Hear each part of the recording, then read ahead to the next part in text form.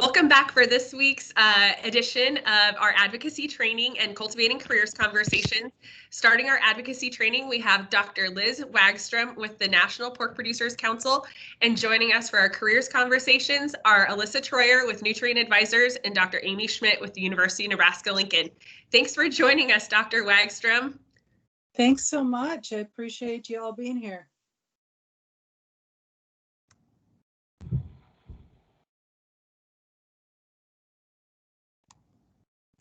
All right.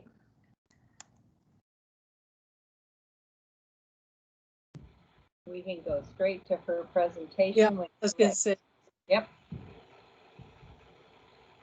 Can you see it okay? I cannot. Yep, I'm not seeing it today. Okay. Well, just 1 second then. I kind of jinx things with computer, audio, visual. There we are. Yay. Okay. Silence. Yes, Jacob.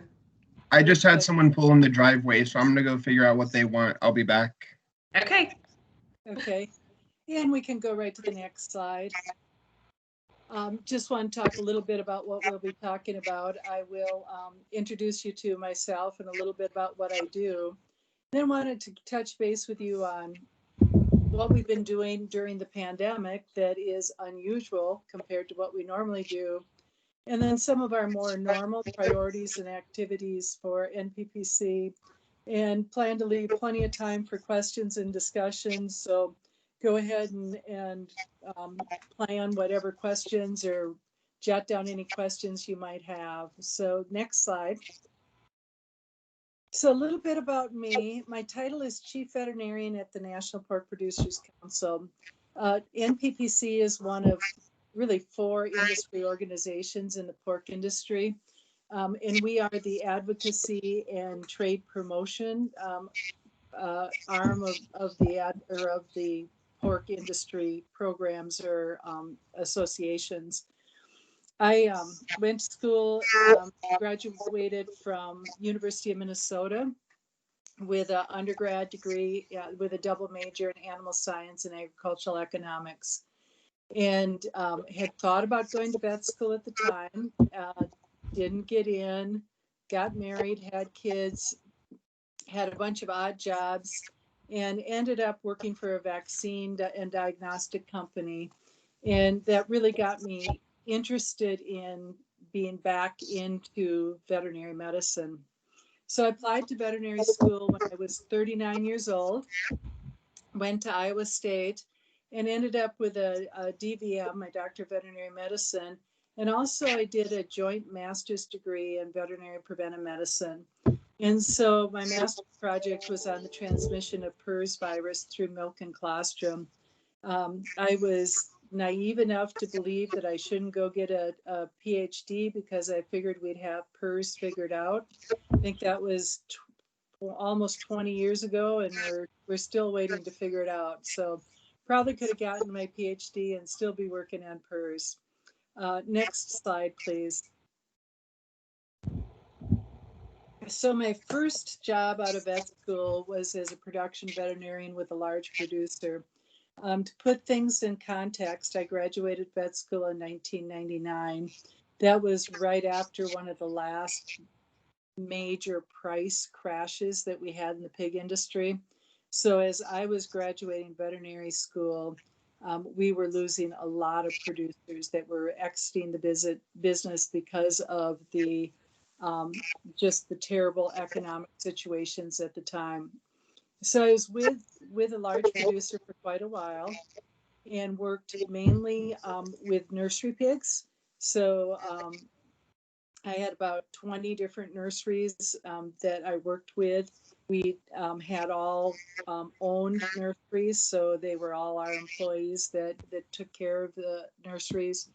And it was at the end of pseudorabies eradication. So we had positive herds for pseudorabies. We had herds we had depopped for pseudorabies that we came back with all gilts. And so we had all first parity herds that had lots of health problems with the pigs we got in the nurseries. And so it was definitely trial by fire, and I learned a tremendous amount. But at the same time, I was finishing up my master's degree, and I had a chance to go to the Minnesota Department of Health, which was kind of a right turn away from pig production for the year and a half I was there. But it was a really fascinating place to work. I worked in the foodborne, waterborne, and zoonotic disease division, and so did quite a bit in investigation of foodborne outbreaks. We would be the people that doctors would call if they had patients who'd been bit and they wanted to figure out if they needed rabies prophylaxis. We had just every day was different, and I learned a tremendous amount, but it was very much away from agriculture and away from production. So I was really fortunate to then be offered a job at the National Pork Board. And that kind of married my two interests of pig production and public health. And so my responsibility when I started there was around just on-farm food safety, but it morphed over time to where we really had a public health component that included zoonotic disease such as influenza, antibiotic use and resistance issues. So it was a really interesting position, and it was the pork board focuses on research and education. So they're kind of a sister organization to the Pork Producers Council, and but unable to advocate on behalf of producers with legislation or regulation. I was there for about 9 years and was offered a job or recruited to go to the University of Minnesota in their College of Veterinary Medicine. And I was the residency director for their public practice residency for veterinarians. And a lot of our veterinarians that were in the program go on to be state veterinarians, work for industry, and I really enjoyed it. We had a lot of work on foreign animal disease preparedness. USDA funded us, but definitely missed being pig specific. I was doing some consulting with NPPC at the time when I was at Minnesota. And NPPC offered me a full-time position 9 years ago, and I've been here ever since. I spent the first 6 years at NPPC living in Washington, D.C. I've been back in our Des Moines office the last 3 years. So next slide. And so Janine had asked me to describe what a day in my life might be like. And I think the thing I love about this job is that every day is different. Some days are better than others, but every day is different. And so some of the things we've been trying to do, and I'll go into detail on each of these during our pandemic, is first off trying to deal with backups of pigs. What are we doing with pigs that couldn't go to harvest facilities? Working with our state animal health officials to try to see how they could help out. Working with the science and technology departments of all of the industry organizations, and then quite a bit with legislative advocacy. So on the next slide, we'll talk about the backups of pigs. And I'm going to assume you probably know this, but for those of you who may not have been front and center on what's been going on, because of the slowdowns and closures of plants that were due to COVID infections in plant workers, that caused us to have no place to market pigs.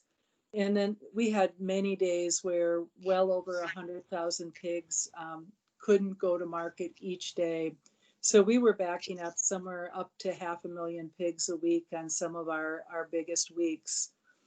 And all of that was having to be balanced with being able to keep workers safe, to protect their health, to put in mitigations so that they could feel safe going to work. And so it was not just as easy as trying to say, let's get everybody back to work, and they're all going to come back to work, and we're going to be able to start slaughtering pigs at the capacity we have been before. Because of the way we flow pigs through our barns, solutions were difficult to we have a very little downtime in our barns, and those of you who know much about pig production realize that, you know, we practice what's called all in, all out production. So we like to empty a barn, move every, you know, especially if it's a nursery, we'll move every pig out of that barn to a finisher. We'll empty that finisher over a matter of a week or two, get it totally empty before we move new pigs in. And so it's very difficult when you don't really have any place to put animals. And so some of the things our producers have been doing is with our young pigs that are being weaned, they're able to maybe double stock and put, you know, twice as many pigs in a nursery as they normally would, hoping that by the time they're ready to move on, that those spaces from where heavier pigs haven't been marketed would open up. With our heavier pigs, we're seeing a lot of alteration of diets to try to slow down growth. And so we have people who are telling us that not only have they slowed growth, they've actually had pigs that will lose weight on these diets.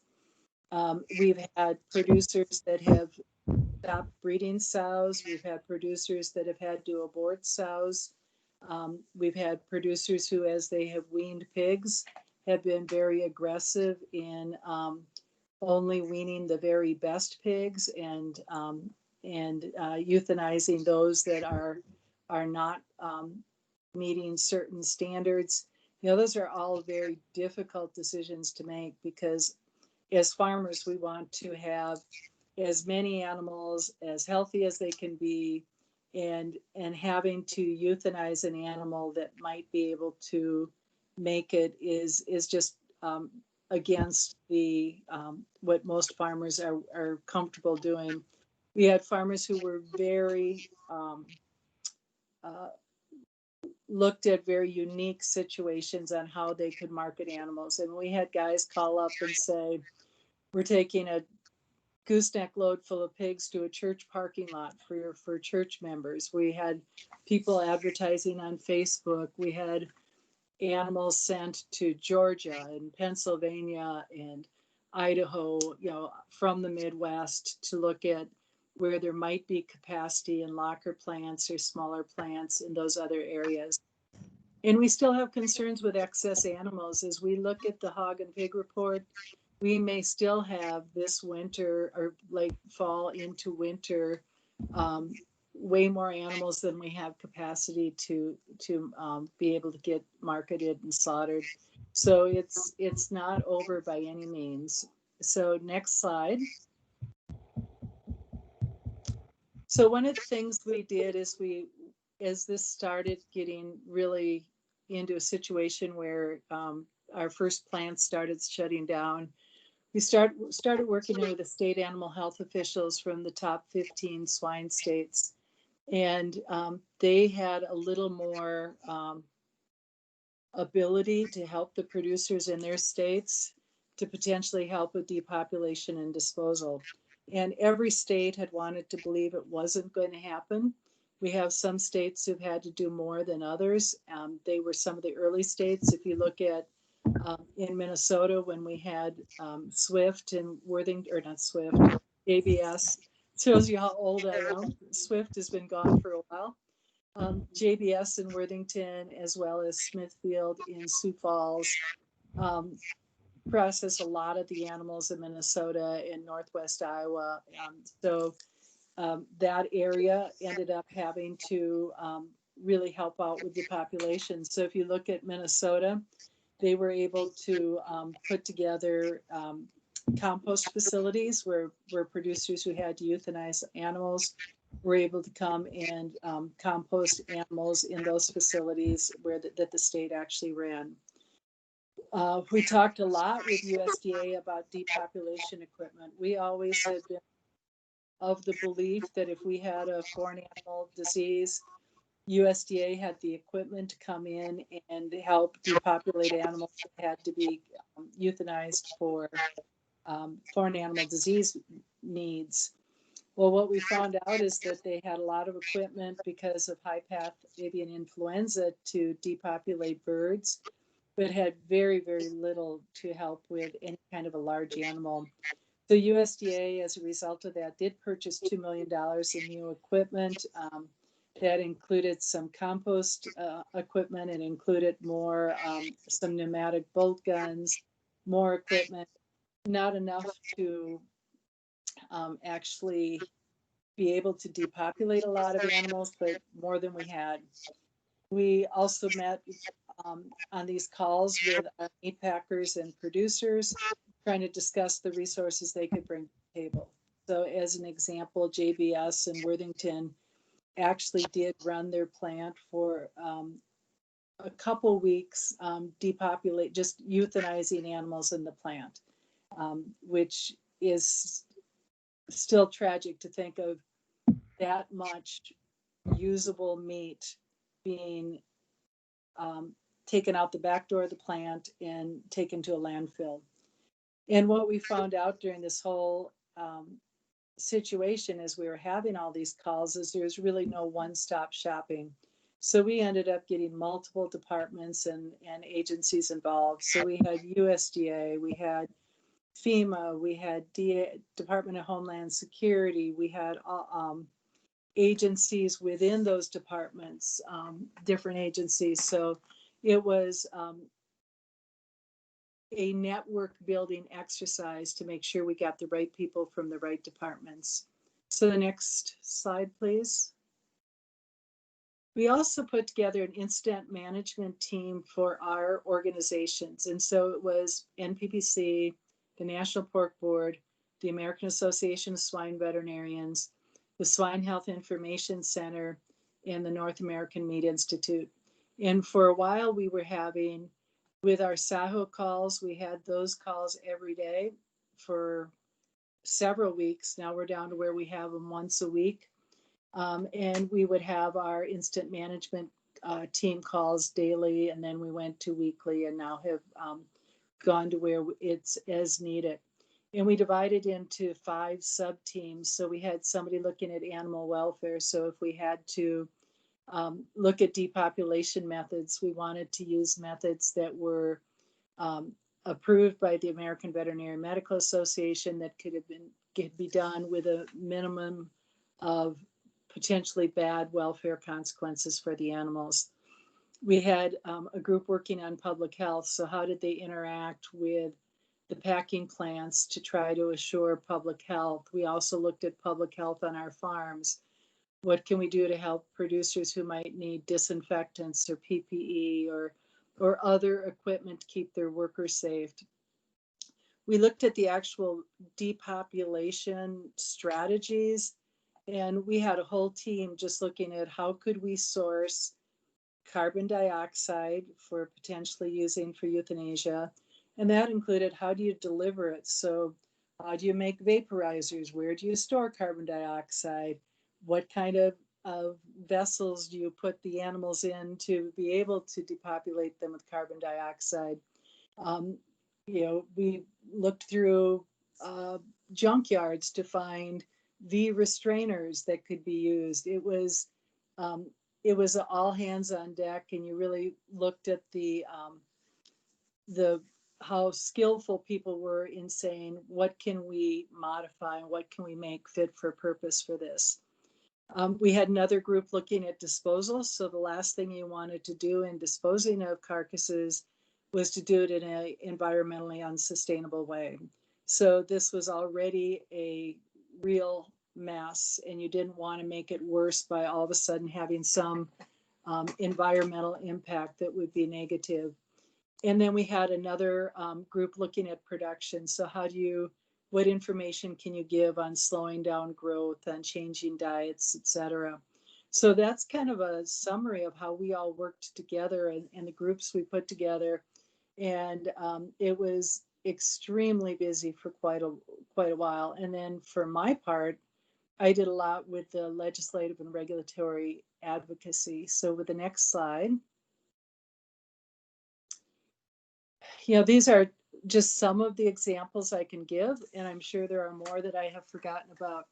We went to FEMA because they're supposed to help with what's called a Stafford Act public health or emergency, Well, we found out that there's a type A and a type B of a Stafford Act, and FEMA had decided that they couldn't help with the cost of euthanasia and disposal, which we had thought that they could at first.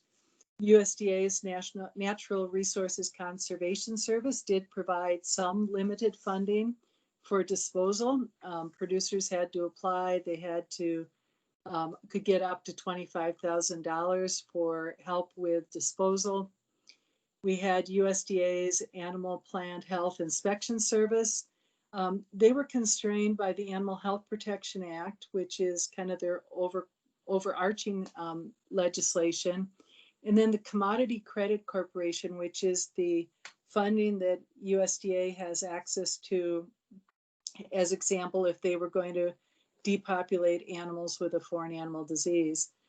That allowed them to address disease issues, but not market disruptions.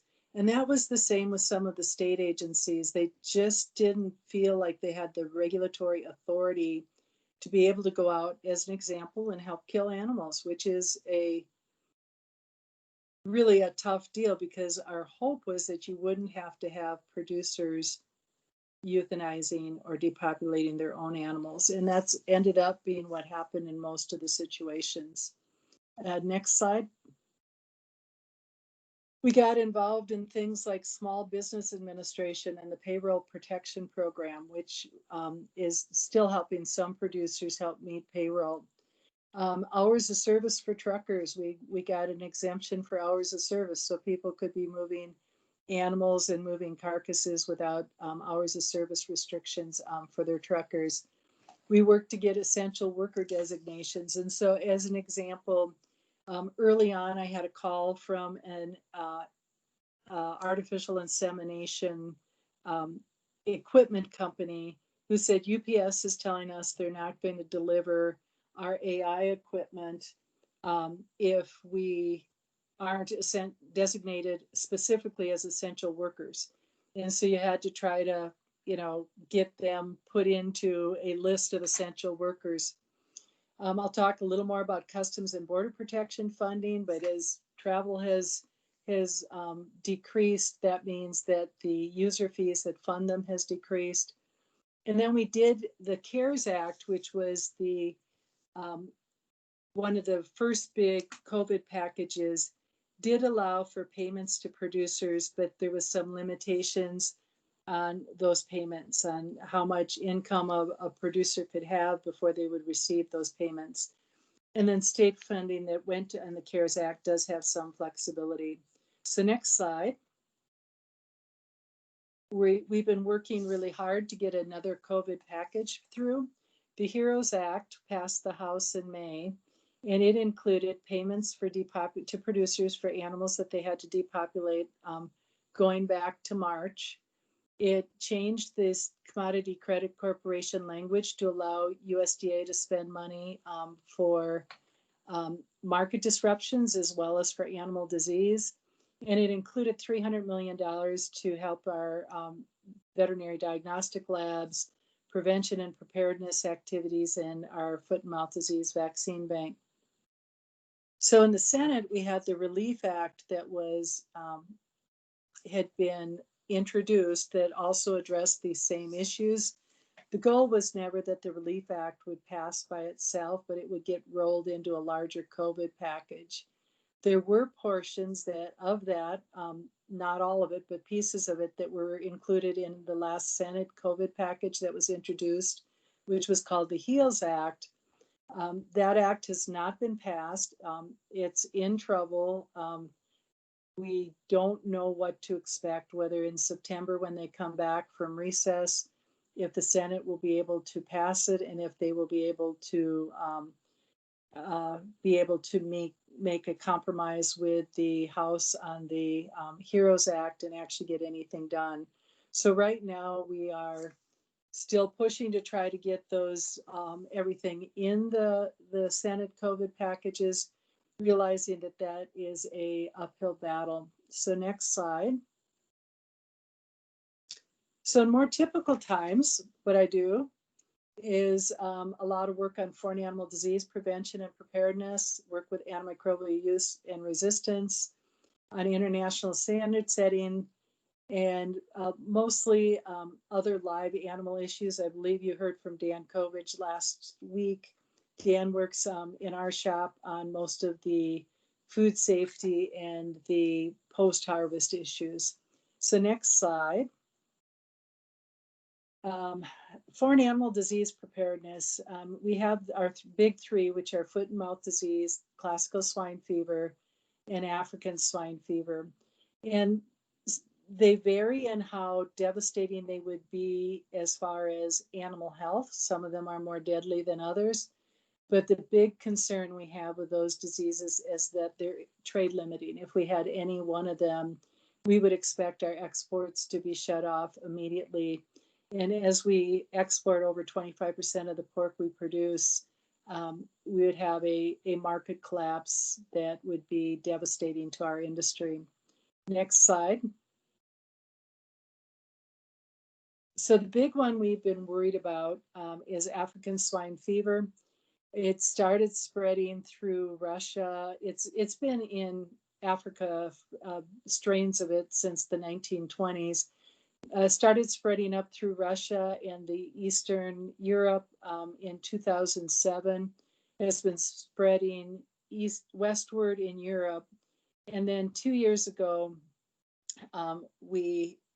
it was discovered in China. And it has spread significantly through China in most of Southeast Asia. Next slide. So what it does, the strain that's currently spreading throughout both Europe and Asia, very high mortality. You'll see animals go off feed with fevers. It's a hemorrhagic disease, so they will be bleeding out of all their orifices, may cause abortions. There is no vaccine. There's no treatment. It's highly environmentally stable. So it's stable in unprocessed meat. We believe it could be stable in some low heat processed meats. We've heard of carcasses that have been found that are nothing but bones and hides, and they can still get live virus out of them. So it's very environmentally stable. Next slide. So one of the main things we've been trying to do is keep African swine fever out. In a typical year, we have 130 million plus international air travelers that come into the United States, and over 5 times that come into the US at our land crossings. So we've worked really hard with our customs and border protection. They've increased referrals to the agricultural inspectors that are actually the second inspection you would come to if you come through a passport as you're coming off a international flight. You may just be waved through, but if they see that you've been on a farm or they have some reason to be concerned, they can refer you to agricultural inspectors. And we were pleased to see we got a 2 to 3% increase in the last fiscal year of those referrals. That resulted in a 5% increased level of interdictions. So products they took away every day before travel stopped. They interdicted over 4,500 illegal agricultural products. And that could be anywhere from plants to meat to eggs to who knows what. But 1,100 of those were meat products. So Customs and Border Protection, we've been working hard to try to get increased funding so they can do things like increase signage. We can get airline announcements. And also we're trying to really look at metrics. How do you measure success on their increased efforts? So the next slide. We were really excited a year ago. I guess it was only in February. I'm sorry. Feels like 2 years ago. We got a bill passed that actually authorized more inspectors as well as more beagles. Our beagle teams are highly effective. And so the authorization was to hire all those people, to get money for them. But once funding is authorized, you have to get it appropriated in the budget process. And so we got an additional $19.6 million appropriated for 2020. We were working on increasing it for 2021. Right now, we're working on just getting them back to where they were, so they don't need to lay off people. Is kind of one of the places we're at right now. So next slide.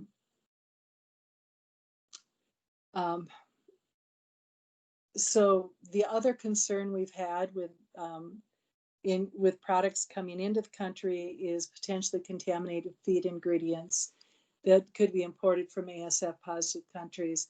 We get virtually all of our vitamins, most of our minerals, most of our amino acids, mainly from China, but most of them are from Asia, if not from China. We did look at developing industry guidelines to look at holding times. So working with manufacturers who bring those concentrated ingredients in to hold them for a certain number of days, so that if they were contaminated, that any positive or live virus would be inactivated. We've also been working with USDA and our state animal health officials on response. One of the things we did just last fall was we had what was called a full functional exercise, where we worked with states, and the top 15 states, and actually went through scenarios of findings of African swine fever, how you would go through surveillance, depopulation of barns, permitting of movements, etc. Next slide. We want to run into a little bit on antibiotics and hormones. So the next slide. So this is a list of all the hormones that are used to improve growth in pork production. There are none, and that's something very important as people talk about no added hormones in pork. They're just not used. Next slide. When we get to antibiotic issues, there's two areas of concern. One is residues, and so that'd be the amount of drug that remains in the tissue at slaughter. And the second would be any resistant bacteria. So that would be if you got any bacteria on a piece of meat, likely from the gastrointestinal tract. If they're resistant to antimicrobials, they could contaminate that carcass. If they are meat's not handled or cooked properly, that bacteria could still be alive, could cause foodborne illness that may be more difficult to treat than an illness caused by susceptible bacteria. So those are two very different issues that we work with. So next slide. So for residues, it's pretty safe, or pretty straightforward. FDA, when they license a drug, sets a safe level. They add a safety factor, and then they estimate how long an animal would have to be withheld from receiving that drug before they could be slaughtered and have non-violative residues. We have a really low incidence of violations in pork. We have a few, but if you look at the hundreds of millions of pigs that are harvested every year, we are well under the 0.005%. I mean, it's a very, very low level. And because of our Pork Quality Assurance Plus program, I think our producers are aware of residue violations and very careful with them. Next slide. On resistance, use of antibiotics, we have individual treatments that could be either injection or oral, and group uses would be in water and feed. Next slide. There are group treatments. It has been antibiotics used for growth promotion or to improve nutritional efficiencies. Those, we have regulations that were enacted in 2017 that banned the use for growth promotion of all medically important drugs.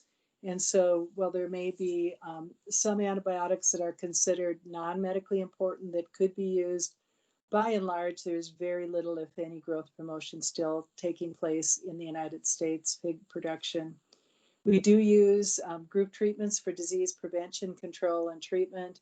and those are considered therapeutic by both the World Animal Health Organization as well as our American Veterinary Medical Association and the FDA, the Food and Drug Administration. So next slide. When you get to antibiotic use, I think it comes down to risk and benefits. So there's a lot of peer-reviewed risk assessments that show there's negligible risk to public health. There's some evidence that healthier animals at slaughter may minimize carcass contamination with foodborne pathogens. So we've really focused on responsible use being the key. So next slide. Part of responsible use, as I mentioned, is we did remove growth promotion claims in January. And then disease treatment, control, and prevention are all requiring a veterinary order. If it's in feed, you have what's called a veterinary feed directive, or injection or water would be a prescription. So it's required to be used for a specific known disease or syndrome. For the VFD, there's no refills and there's a 6-month expiration. Next slide. And so for the pork industry, we really focused on building producer awareness so they were prepared for those rule changes. We really stressed the importance of veterinary oversight as part of our Pork Quality Assurance Plus program. And we really worked hard to collaborate with USDA and FDA to identify data sources to really demonstrate that producers are following the rules, that we could demonstrate that antibiotics are being used correctly on farm, and that we are actually looking at volumes that are going down since the change of rules. Next slide. Last thing I wanted to touch base on is we do work on international standards. The World Animal Health Organization, or OIE, sets standards for the safe trade of animals and animal products. They also set animal welfare standards. They just, I think it's 2 years ago, they developed the swine welfare standards, and they've been working on antimicrobial resistance standards. Codex Alimentarius, or Codex, is international food code. Some of the things that Codex has been working on is animal feeding, antimicrobial resistance. We are on our last of a task force there, as well as salmonella, and trying to make sure that they stay in scope. So animal feeding would have to address not the safe feeding of animals, but the feeding of animals so that the meat from those animals is safe for human consumption. So Codex is for International Food Code for human food. OIE is our animal health. And with that, I think I would be happy to open it up for questions or discussion.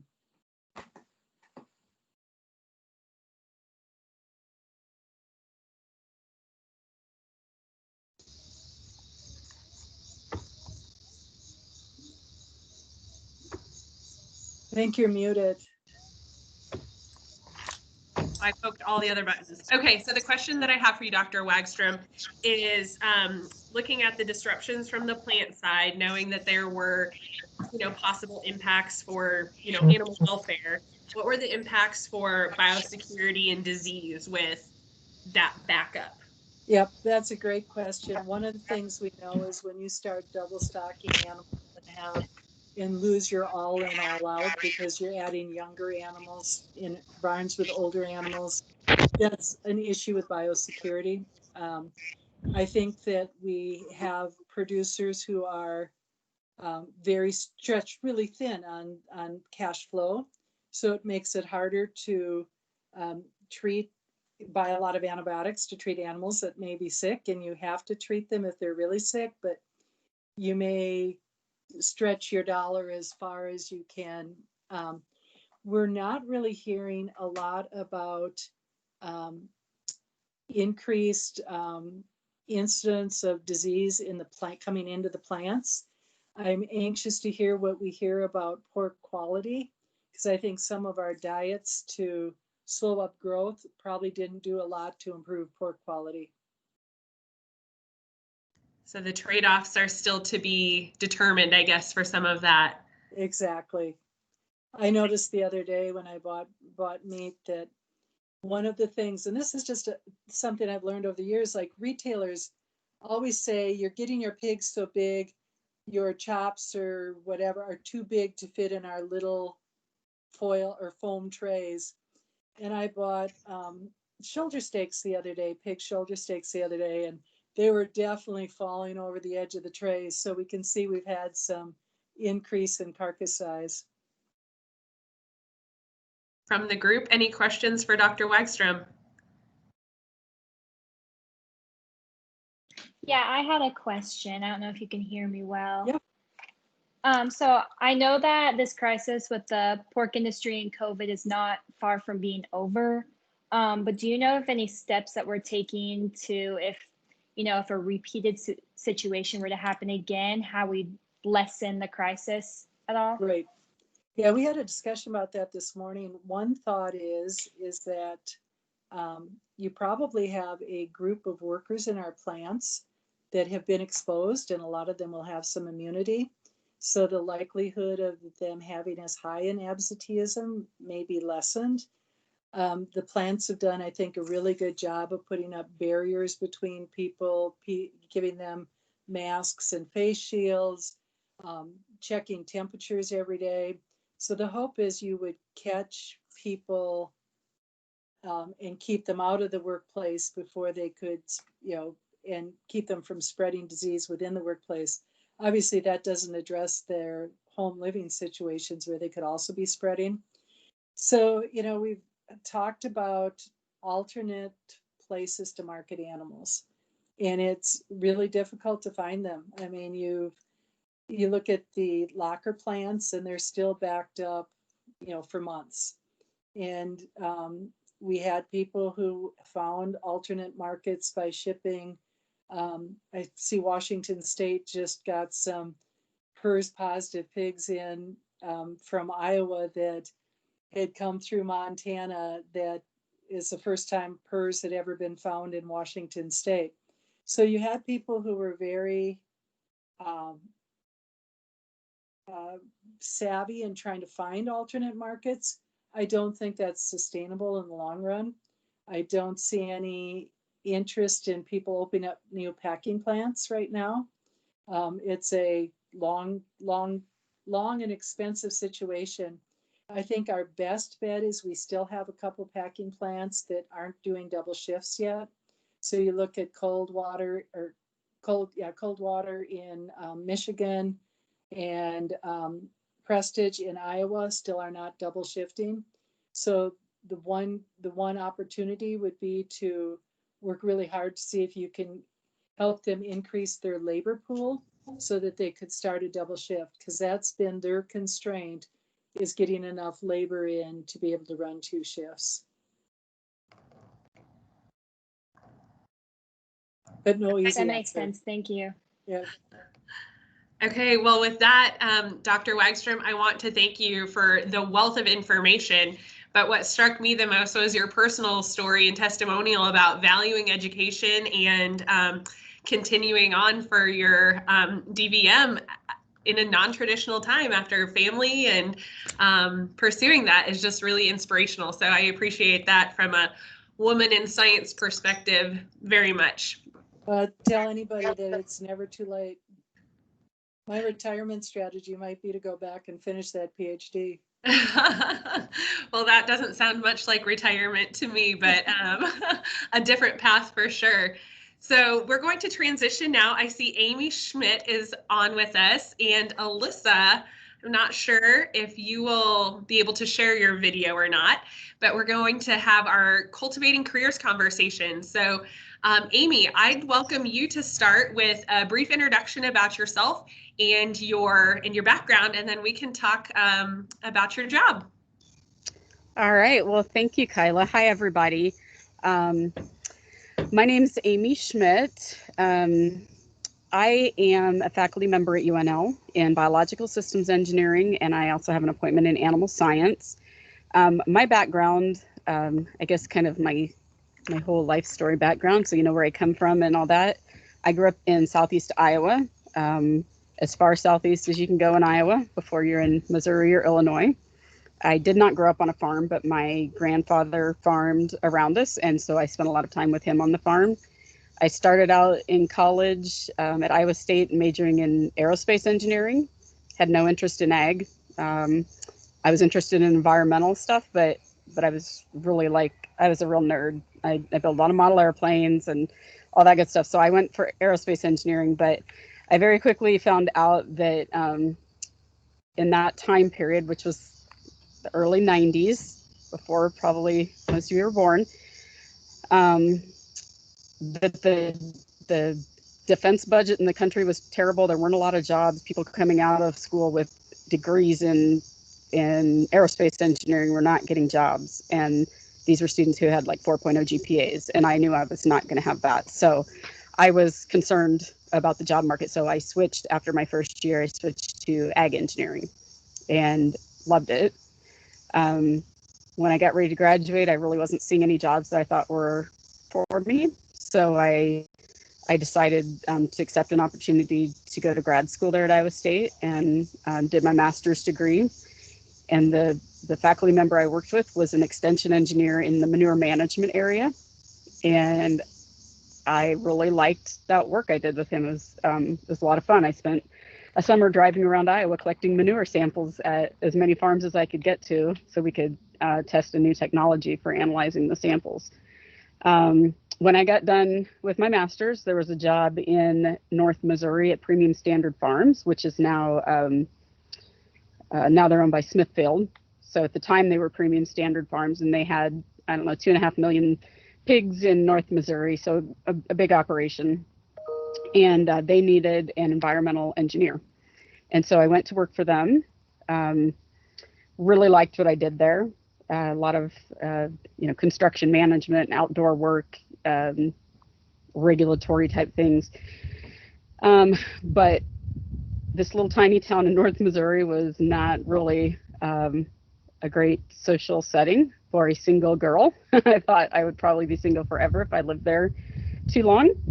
And there was a position that came open at the University of Missouri in extension. It was a faculty level position, so an assistant professor, and they wanted somebody with a PhD, but they didn't require a PhD. And so I thought, well, I'll apply for that and give it a shot. And I ended up getting it. So I started my extension career there at the University of Missouri. And I met my husband right after I moved there. He was working on his PhD in animal science. And so by the time he had graduated and he did a postdoc, we were married. And then he got a job offer at Mississippi State University. And they made a position for me to get him there.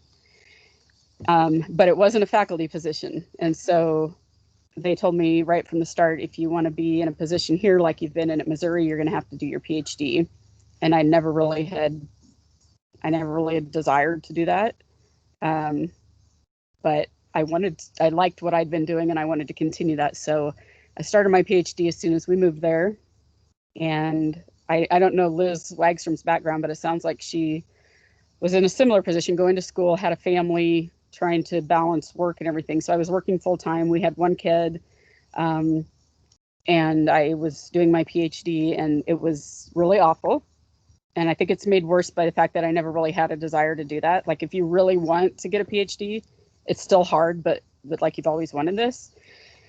So I made it through. My daughter was born like 10 days after I finished my PhD. It was really not well thought out by me, well planned, but I did it. I got it done.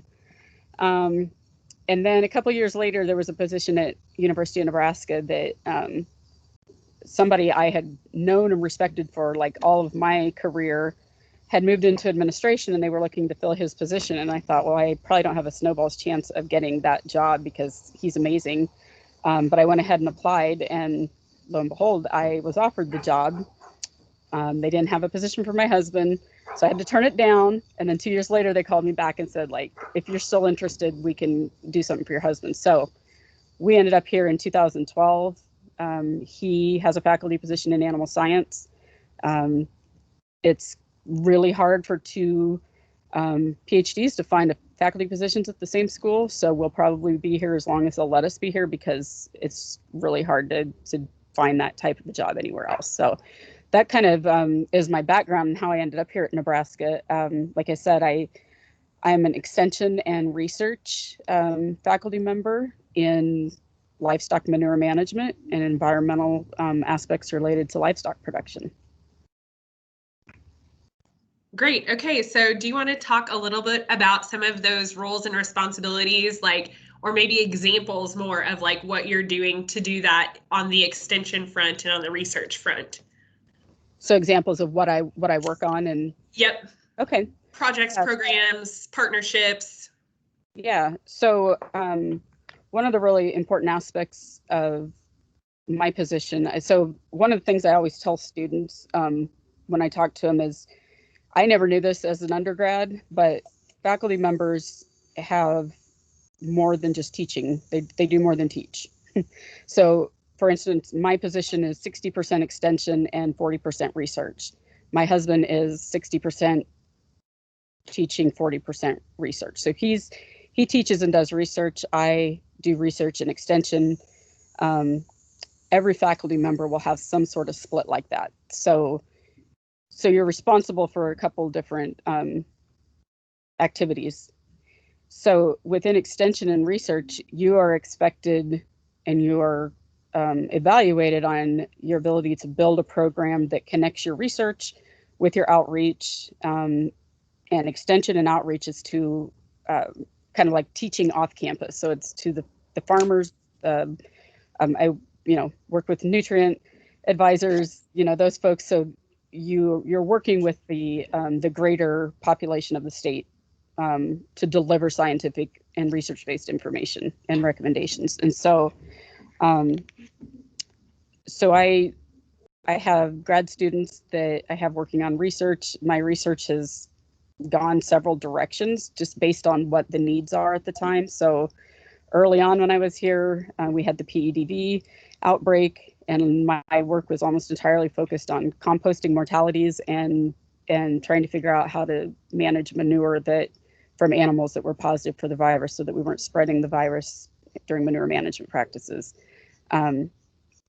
Now I'm more focused on antimicrobial resistance and how livestock production systems contribute to human health risks associated with AMR. And then I'm also working in, I would say, I'd call it generally like manure value, but the extension program is in trying to encourage crop producers to use manure in their cropping systems, recycle those nutrients that are available at the local level before they import nutrients in the form of inorganic fertilizers from outside of that region. Because when we have that imbalance and an overuse or overabundance of nutrients, that's when we have non-point source pollution. So we're losing nutrients to water and groundwater and surface water. So those are kind of the two main areas. And so I do research to demonstrate manure value, to look at fate and transport of antimicrobial resistant bacteria and genes from the animal to the manure treatment to the land application. Look at some of the engineering aspects of runoff of contaminants and how far you need to be back from a water body to ensure that you're not discharging contaminants. So it kind of ties all of those aspects together and complements, research and outreach complement each other. Okay, so this is maybe the last question that I have before we transition over to Allissa. If you wanted to talk, more directly on any kinds of like specialized skills, certifications, or just anything that would help someone be successful in a role like what you have. Clearly, different levels of education, like with a bachelor's, master's, and PhD, make a difference. But anything else within that kind of realm? Yeah. So, I guess I don't know that I'm talking to any engineering students, but for engineering students, you have the opportunity to become licensed, and that exists in a lot of professions where you can become licensed. And for engineers anyway, we have to take an exam at as an undergrad as we're finishing up that allows us to practice under the supervision of a professional engineer, and then we can take that exam in 5 years. Most of my classmates were like not interested in taking that exam. I'm never going to need a license. I didn't really figure I'd ever need it, but why not get it? And so I did get that license, and it doesn't really, it's more applicable if you're in industry, whereas a PhD is more necessary in academia. But having it in academia, I think, gives you more credibility when you're telling students, hey, you should, get every license and training you can get to further your success in your career. So I would say don't skip out on those opportunities, whatever field you're in, to get the little bit of extra training or licensing that gives you an edge over other people in that industry. Great advice. Okay, Allissa, now we're going to turn it over to you, and we'll do kind of the same process. If you wanted to introduce yourself, tell us a little bit about who you are, what you do. We'll answer some questions after that. Okay, good. I haven't done one of these video meetings for quite a while, actually. So I don't know if I was trying to like adjust the lighting in here. I'm not sure if you guys can see me okay or if I'm all washed out, but You look lovely. Yeah, so I guess as far as my background is concerned in education, I've known you for a really long time, Kyla, and so I was in the mentoring program in 2008, I think it was. Yep. And so I'm trying to rack my brain actually how I even got in contact with you. I don't know if it was through Berkey Farms or just, doing my transfer credit classes there in Nebraska, but I don't know if you remember that or not, but I know that you were ambitious and looking to make connections and be a part of something. So yeah, you'd find that anywhere, and I'm just glad it led you to us. So I guess I would say for my background, I grew up in the Sandhills of Nebraska. I have kind of a unique story. I actually had foster parents, so I was with them since I was the age of 11, 12, and so I really didn't know if I was going to actually go to college. When I was in high school, I thought, gosh, I just don't know if that's for me, if a person like me could even go to school. And so once I got to be a senior, my foster parents were like, well, do you want to go to college? And I'm like, well, sure, yeah, I guess. Yeah, can I? And so I ended up going to Kirkwood Community College, and that's in Eastern Iowa, Cedar Rapids. So, and that's getting a lot of publicity right now with the storms and stuff that they've had. So I don't think people knew that college even existed. And how I got there was through some interns that came to our town to work for some farmers, and they had a really strong GPS and GIS program at the time. And I thought, well, that's exciting to me, technology and agriculture. I don't really know anything about.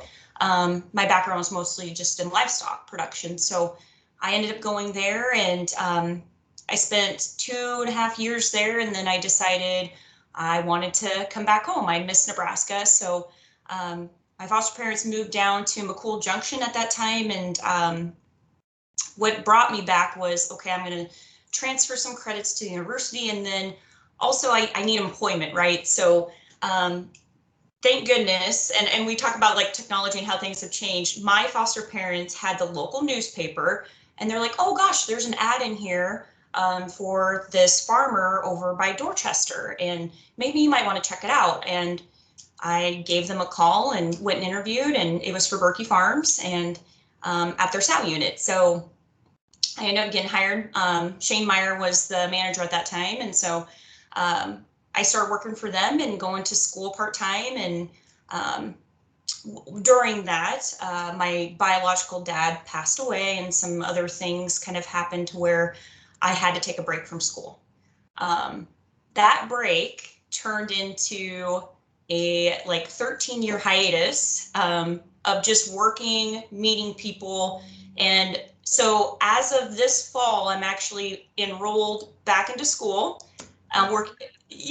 So working full-time and then going to school full-time for ag communications and leadership.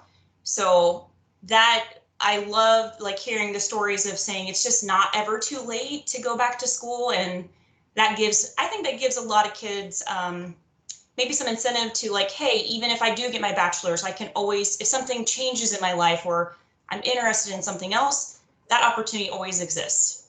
And with COVID, I think it's changed a lot of things for people in their employment. So that kind of helped me just make the decision that if I'm working from home, I sure can learn from home.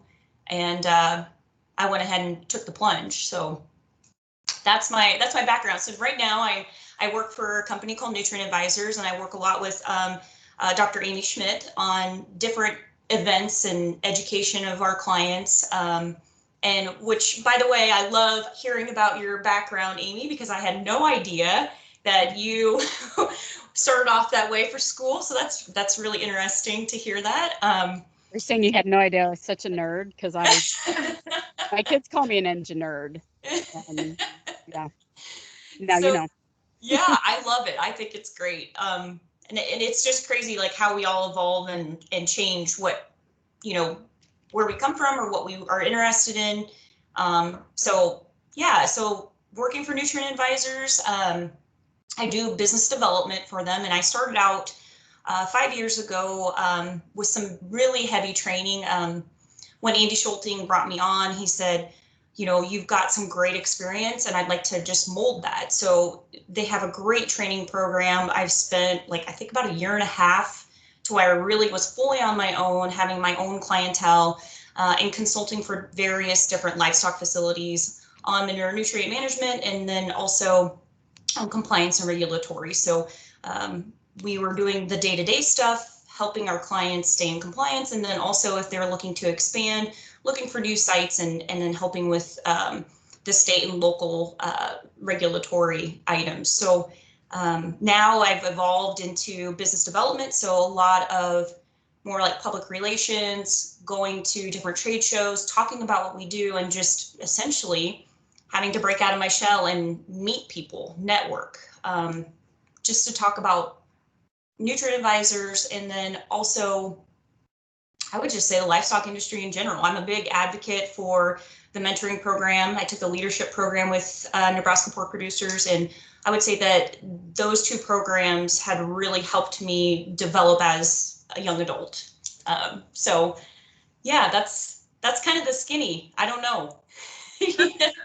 Well, so what I'd like you to talk about next, Allissa, is similar to like Amy, any kind of like certifications, skills, anything particular that's going to help someone, be successful in a career path like what you're doing. So for particularly like what I do, I actually have my groundwater, like my well technician certification, which so I'm certified to and licensed to go and test groundwater for livestock facilities. And so that was important. And I would say that that's something that would be, when you're hired on, if you're going down that route, that would be definitely something you would want to do. As far as other certifications, I'm always looking for something that's going to make me a little bit more well-rounded and something I can do and succeed at, right? So I don't want to bite off more than I can chew. I've done that and failed miserably. I think a little thing, I have my notary. I don't know if I ever told you that. I've had my notary since like 2009, and that has come in handy a lot. And that's just a little tiny certification that you wouldn't think would be that important. And then I would say other types of certifications, just looking at different college classes that have ag certifications. I think that that's important. So figuring out what you want to do and then building off of that with little certifications here and there. I also have, oh gosh, like this is going to be hilarious. Like your forklift safety certification, stuff like that, stuff that you're like, oh, I never thought about doing that. Because when I went to go work for various livestock operations, it's kind of nice on the OSHA side to have that knowledge and say, well, yeah, I've got that. That's great. So it's pretty simple. I don't really have a lot to add to that, but always looking for opportunities. I think that that's the most important. Good. I love that. And I think through the conversations today with Dr. Wagstrom, Dr. Schmidt, and then now you, Allissa, just like the attitude that you bring is not a skill that you pick up from any classroom. So I just wanted to compliment you all for demonstrating that through your personal and professional experiences. So with that, I wanted to kind of circle back around to kind of a conclusion, and this is a theme that I'm trying to weave in. And since you both have participated in different programs with the Nebraska Pork Producers Association and know me, you're probably not surprised that I'll ask you to describe your personality or your interests and what that matters in terms of like your career.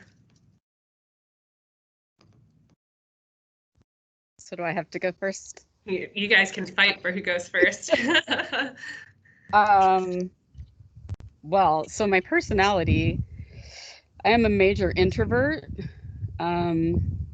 which doesn't really align well with extension because we're always out talking to people. But I guess what I would say is I can interact with about anybody. I can, I don't necessarily understand other personalities very well or appreciate them, but I can tolerate them. But at the end of the day, I'd rather be at home alone. So I think you don't have to get along with everybody, but you do have to learn to work with everybody, and you will meet people that, you wonder how they have gotten this far in life with the personality they have. And you have to learn to work with those people. I think within my career, I think like probably to me the values that I have and my beliefs are kind of things that guide me, but understanding that not everyone else will agree with those is important. And then so you mentioned, Kyla, like what kinds of things you enjoy and how do those impact your career. So Kyla will nod and smile. She probably already knows what I'm going to mention, but I'm a huge baseball fan.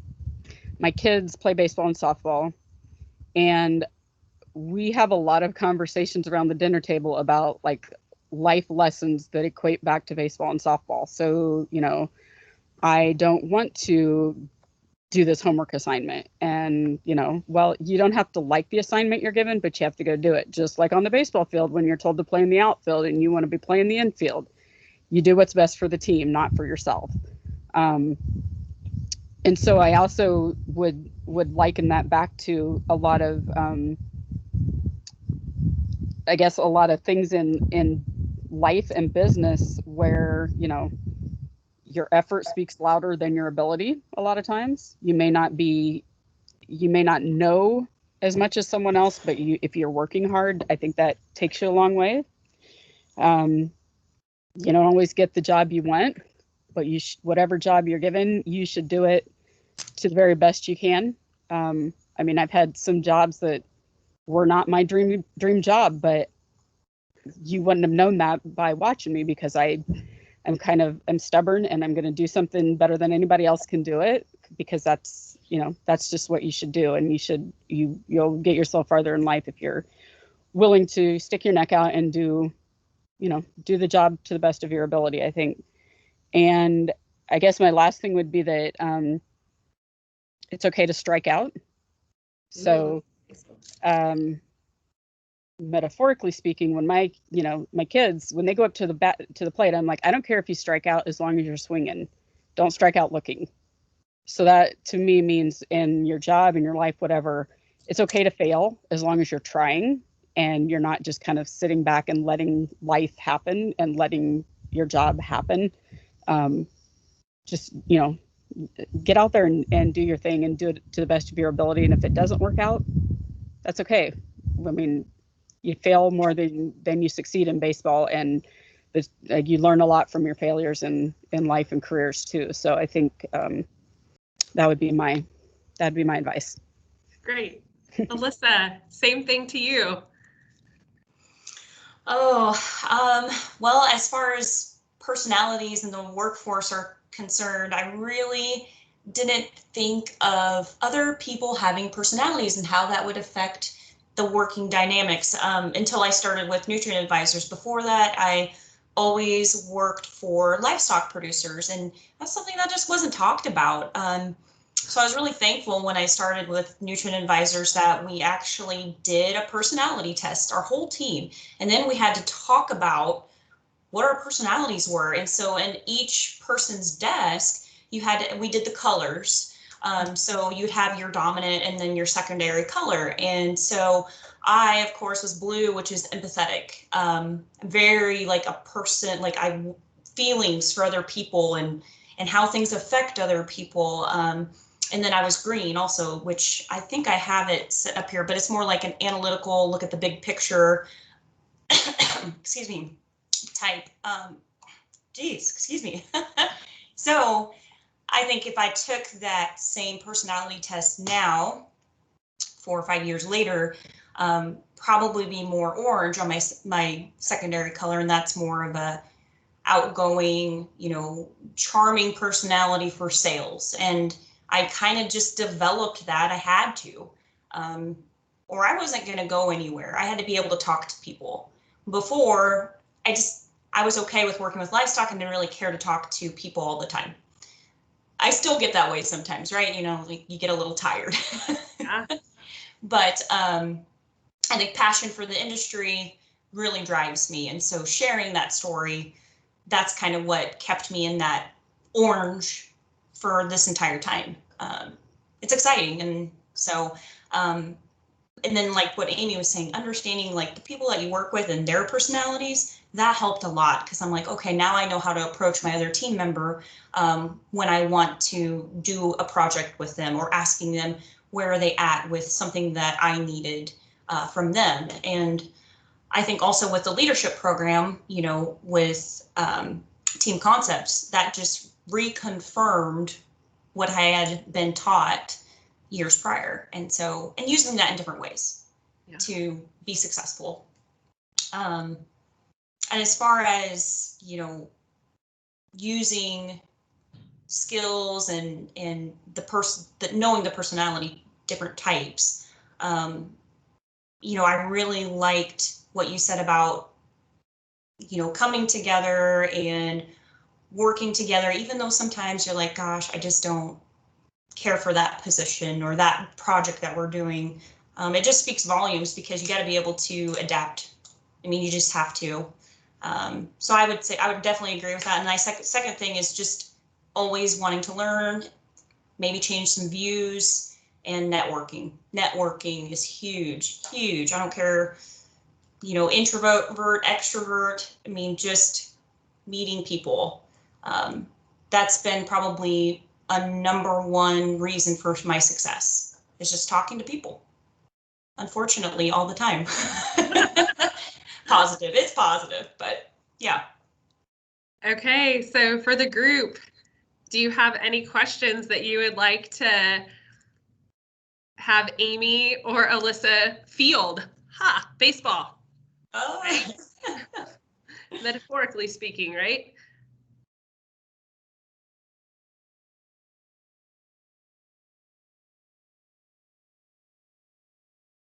Okay, so hearing none, I would really like to conclude with my appreciation that it's fine if people's interests overlap their jobs, right? Part of what we're doing with the program right now is we took our interest inventory, which just really helps us understand, like, if you have interests in these areas, these are careers that you might find also interesting. But knowing that we are whole people that have interests outside of the work that we do, things that fill our bucket, our family, our friends, and other things, is just really exciting to hear the way that you both practice that in different ways. And then the evolution throughout the course of your lifetimes, and all that experience that you bring, tied in with the love for education, is very apparent. So this has just been a really fun week of women in agriculture, but women in science. And so I really appreciate your perspectives this week. And I will follow up with the students for contact information for both of you. So you should expect some great thank you notes in the mail. But I appreciate you all very much. TGIF, have a good weekend. Thanks, Bye, everybody. Yep. Thanks, Thanks, Kyla. Thank you. Bye. Guys.